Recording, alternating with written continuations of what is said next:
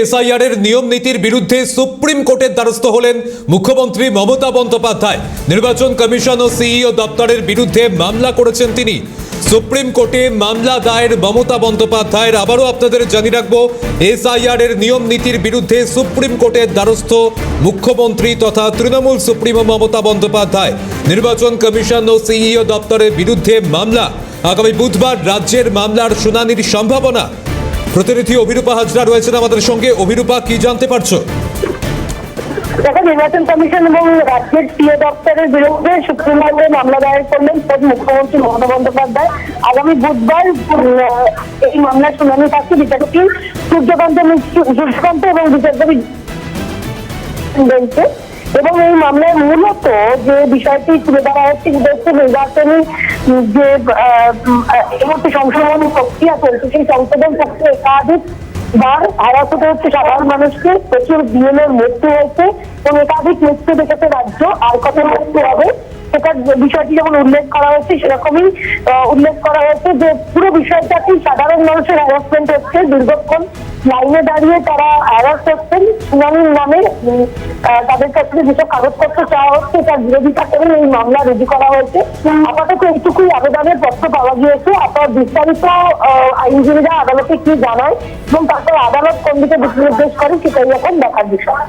অভিরূপা, আগেই আমরা দেখেছিলাম মুখ্যমন্ত্রী তিনি হুঁশিয়ারি দিয়েছিলেন যে সুপ্রিম কোর্টের দ্বারস্থ তিনি হবেন। এই মুহূর্তে যে খবর সামনে আসছে, তিনি সুপ্রিম কোর্টে মামলাও করেছেন এবং আগামীকালই বৈঠকে বসবেন। তার জন্য তিনি ইতিমধ্যে দিল্লিও রওনা দিয়ে দিয়েছেন। এই জায়গায় কতটা তাৎপর্য রাখছে? দেখো, মুখ্যমন্ত্রীর অভিযোগ মানবিক দৃষ্টিভঙ্গিকে উপেক্ষা করে আইন ও বিধি লঙ্ঘন করে এসআইআর চাপিয়ে দেওয়া হয়েছে। চিঠিতে বিশেষভাবে উল্লেখ করা হয়েছে ভারতের নির্বাচনী ইতিহাসে এই প্রথম পশ্চিমবঙ্গে এসআইআর প্রক্রিয়া প্রায় ৮,১০০ জন মাইক্রো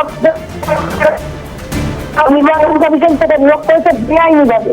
আর আইন না মেনে নির্বাচন কমিশন কাজ করছে। এতে সাধারণ মানুষের ওপর চাপ সৃষ্টি করা হচ্ছে। মৃত্যু একাধিক মানুষের এই সমস্ত বিষয়টি তার আবেদনপত্রে উল্লেখ করা হয়েছে। এটা অত্যন্ত তাৎপর্যপূর্ণ যে খোদ মুখ্যমন্ত্রী এই মামলার আবেদনকারী, ফলে এই মামলাকে আরো স্পেশালি ফিক্স করবে সুপ্রিম কোর্টে, কথা বলাই বাহুল্য। এবং সুপ্রিম কোর্ট আদেশে কি রায় দেয়, কি সুরাহা করে। একেবারে অভিরূপা একটু সঙ্গে থাকো, আপনাদের শোনাবো এর আগে মুখ্যমন্ত্রী মমতা বন্দ্যোপাধ্যায় ঠিক কি বলেছিলেন এই সুপ্রিম কোর্টের দ্বারস্থ হওয়ার প্রসঙ্গে।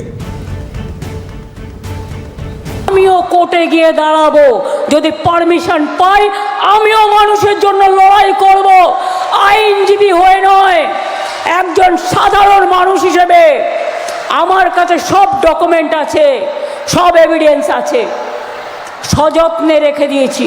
আমিও কোর্টে গিয়ে দাঁড়াবো, যদি পারমিশন পাই আমিও মানুষের জন্য লড়াই করব, আইনজীবী হয়ে নয়, একজন সাধারণ মানুষ হিসেবে।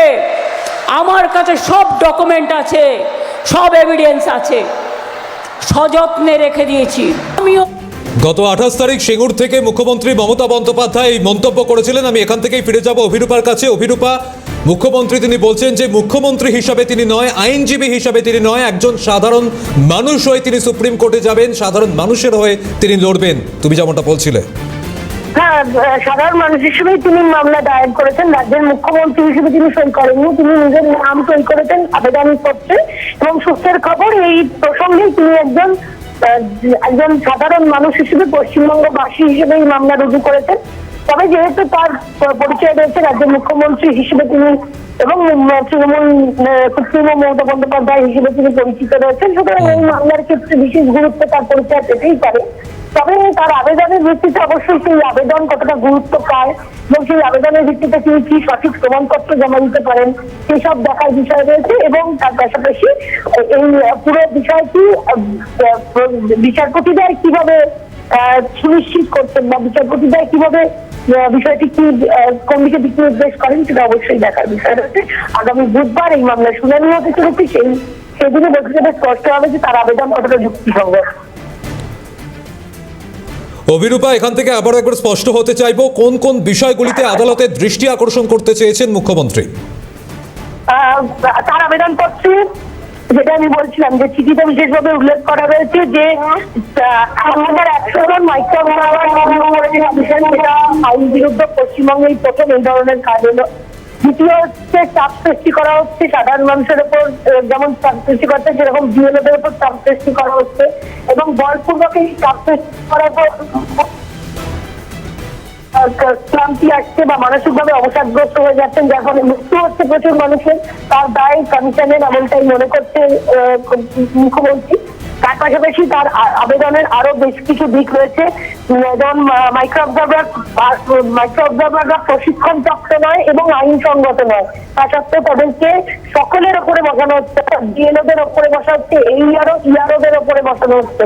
সুতরাং শেষ সিদ্ধান্ত তারা নিচ্ছেন, তারা কিভাবে এই শেষ সিদ্ধান্ত নিচ্ছেন, তারা উদ্দেশ্য প্রণোদিত ভাবে এইভাবে শেষ সিদ্ধান্ত নিচ্ছেন। তো এই বিষয়গুলি উল্লেখ করা হয়েছে এবং যথাযোগ্য কাগজপত্র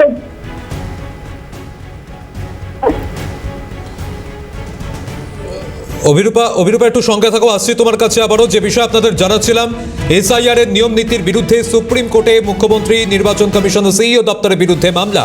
এই মুহূর্তে কেন্দ্রীয় বিজেপি নেতা অনির্বাণ গঙ্গোপাধ্যায় রয়েছেন আমাদের সঙ্গে। অনির্বাণ দা, যে খবর এই মুহূর্তে সামনে আসছে, এসআইআর এর নিয়ম নীতির বিরুদ্ধে সুপ্রিম কোর্টের দ্বারস্থ হয়েছেন মুখ্যমন্ত্রী, কিভাবে দেখছেন? উনি তো অনেকদিন আগে থেকেই বলছেন যে করবেন, এতে কোনো নতুনত্ব কিছু নেই। উনি নিজে এখন মানে মুখ্যমন্ত্রীর পদে অ্যাক্টিভ কম থেকে তিনি এখন আইনি পদ, আইনমন্ত্রীর পদ আর কি নিলে ওনার ভালো হয়। এবং কিন্তু ভালো এক হচ্ছে যে এইসব কটূক্তি, গালিগালাজ এইসব না করে তিনি আইনি পদক্ষেপ নেওয়া মানেই সংবিধানের প্রতি তার আস্থা তিনি দেখানোর চেষ্টা করছে। ভালো, আমরা তো চাইছি যে তিনি মেইন স্ট্রিমে আসুক, তিনি মেইন স্ট্রিম রাজনীতিতে আসুক, এবং তাকে একটা খুব মানে যাকে বলে একটা খুব সাধারণ মানুষ হিসেবে একটা পরামর্শ দেব যে তিনি এখন দিল্লিতে আরো বেশি সময় কাটান, এইসব আইনি ব্যবস্থা নিক, সুপ্রিম কোর্টে গিয়ে মামলা লড়ুক, সেখানে মামলা লড়ার প্রক্রিয়া তিনি নিজে অ্যাক্টিভ হন। এইগুলো ভালো, কেন প্রশাসনিক ভাবে মুখ্যমন্ত্রী হিসেবে তিনি একেবারে সম্পূর্ণভাবে ব্যর্থ হয়েছেন, এবং যে ধরনের ভাষা তিনি প্রয়োগ করেছেন এসআইআর নিয়ে, তার জন্য আজকে তার প্ররোচনা, তার ভাষার জন্য আজকে প্রায় 100-র ওপর মানুষ এসআইআর এর প্রক্রিয়ার দরুন, যে তিনি বলছেন যে মানুষ মারা যাচ্ছে, মানুষ এসআইআর এর প্রক্রিয়ার দরুন মারা যাচ্ছে না, মানুষ মারা যাচ্ছে তার। অনেক ধন্যবাদ অনির্বাণ দা আপনাকে। কেন্দ্রীয় বিজেপি নেতা অনির্বাণ গাঙ্গুলি ছিলেন আমাদের সঙ্গে। এই মুহূর্তে আমাদের সঙ্গে রয়েছেন তৃণমূল নেতা তথা আইনজীবী ভূষণ চট্টোপাধ্যায়। ভূষণের বাবু, এই মুহূর্তে মুখ্যমন্ত্রী তিনি সুপ্রিম কোর্টের দ্বারস্থ হয়েছেন, আমরা বিজেপি প্রতিক্রিয়া নিলাম। বিজেপি বলছে যে সংবিধানের প্রতি আস্থা দেখানোর চেষ্টা করছেন মুখ্যমন্ত্রী, কিন্তু প্রশাসনিকভাবে তিনি ব্যর্থ। কি বলবেন? এতক্ষণ যিনি বলছিলেন উনি ডাহা মিথ্যে কথা বলছিলেন। এসআইআর এর জন্য যে মৃত্যু হয়েছে তার জন্য সম্পূর্ণভাবে দায়ী হলো ইলেকশন কমিশন। 1,36,00,000 লজিক্যাল ডিসক্রিপেন্সির নামে রাস্তায় মানুষকে দাঁড় করিয়ে দিয়েছে, অক্সিজেনের নল বা নাকে ঢুকিয়ে বৃদ্ধাদেরকে নিয়ে গেছে, অ্যাম্বুলেন্সে করে স্ট্রেচারে করে নিয়ে যেতে হয়েছে। পুরো ঘটনাটাই অমিত শাহের নির্দেশে জ্ঞানেশ কুমার করেছেন।